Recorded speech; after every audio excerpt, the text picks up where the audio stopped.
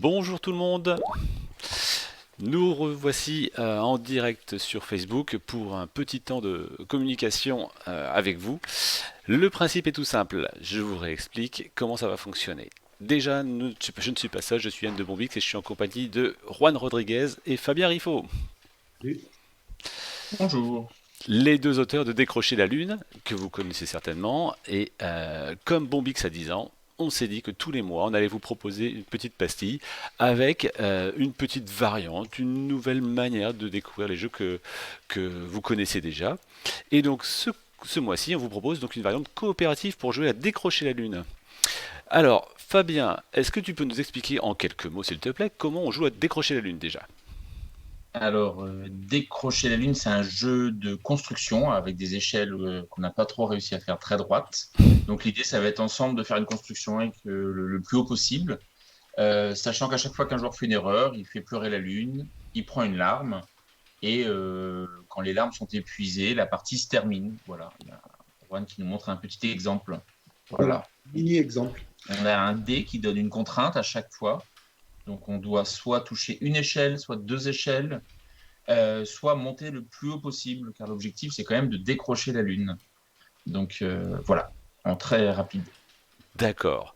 Et donc, là, dans cette version-là, on joue chacun son tour pour essayer d'être celui qui gravira le plus d'échelles pour se rapprocher le plus près de la Lune. Donc il y a une manière maintenant de jouer en mode coopératif, Juan. Oui, donc ça s'appelle l'ascension.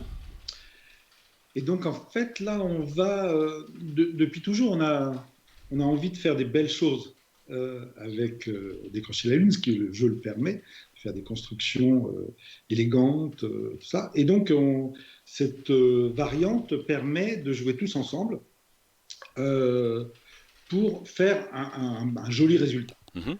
avec un score à la clé qu'on va essayer dans les parties suivantes de supérer, enfin de dépasser. D'accord. Donc voilà, donc on va d'abord commencer par prendre 5 larmes au Mhm. lieu des autres, juste 5.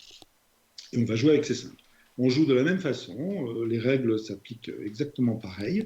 La seule nuance, c'est que quand on fait tomber des échelles, effectivement, on enlève de ces 5 larmes, on en enlève une. Mhm. Et on peut aussi décider d'enlever une larme de notre stock qui nous reste pour mesurer l'état de notre construction.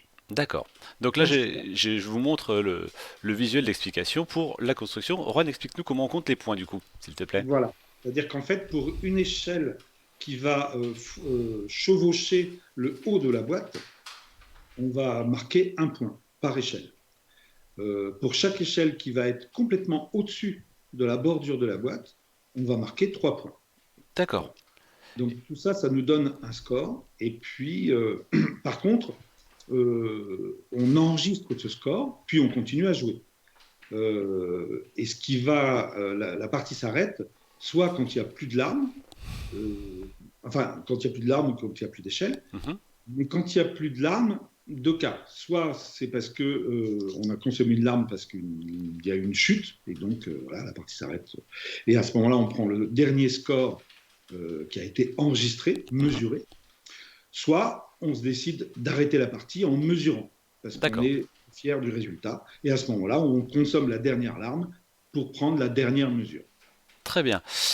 Donc, on peut jouer à plusieurs et on peut aussi tenter des nouvelles figures, si j'ai bien compris. Oui, oui, oui, oui, tout à fait. Enfin, on peut tenter. C'est-à-dire qu'en fait, les figures peuvent, enfin les nouvelles, les précédentes et les nouvelles, peuvent nous permettre de rendre notre construction plus solide. Parce que dans la version compétitive, on fait des pièges aux autres, etc. Mais on fait une structure qui est des fois un petit peu bancale, un petit peu fragile, quoi. Alors que là, du coup, en travaillant avec les figures, on peut essayer de faire quelque chose de très solide. Donc on a 3 figures nouvelles, qui Ouais. sont le carré magique, Ah, pardon. l'escalier et le Voilà. type. Le carré magique que je montre à l'écran. Voilà. Ensuite, on a l'escalier. L'escalier qui est plus simple à faire. Le carré magique est encore assez compliqué. Et enfin, on a le Tipeee. Le Tipeee, alors ça c'est très solide. C'est D'accord. délicat aussi à mettre en place. faut vraiment le vouloir, mais par contre, c'est très solide une fois que c'est installé. Et ça nous D'accord. permet de construire quelque chose qui va être très ambitieux, de monter très haut, tout ça. Eh bien, je vous remercie à tous les deux pour ces explications. C'est simple, c'est bref, c'est concis, c'est clair. Maintenant, il ne vous reste plus à vous qu'à essayer de jouer en mode coopératif et dites-nous si vous avez des questions, si vous réussissez, quel est votre meilleur score avec cette nouvelle variante, en sachant que bien évidemment les règles, le PDF des règles va être disponible d'ici quelques minutes sur notre site, donc n'hésitez pas à aller le voir. Et puis on se dit à cet après-midi, si vous le souhaitez en version anglaise, parce qu'on essaie de faire les choses dans les deux langues. Donc Juan et Fabien, à cet après-midi, et À merci bientôt. d'avoir suivi, au À revoir. bientôt.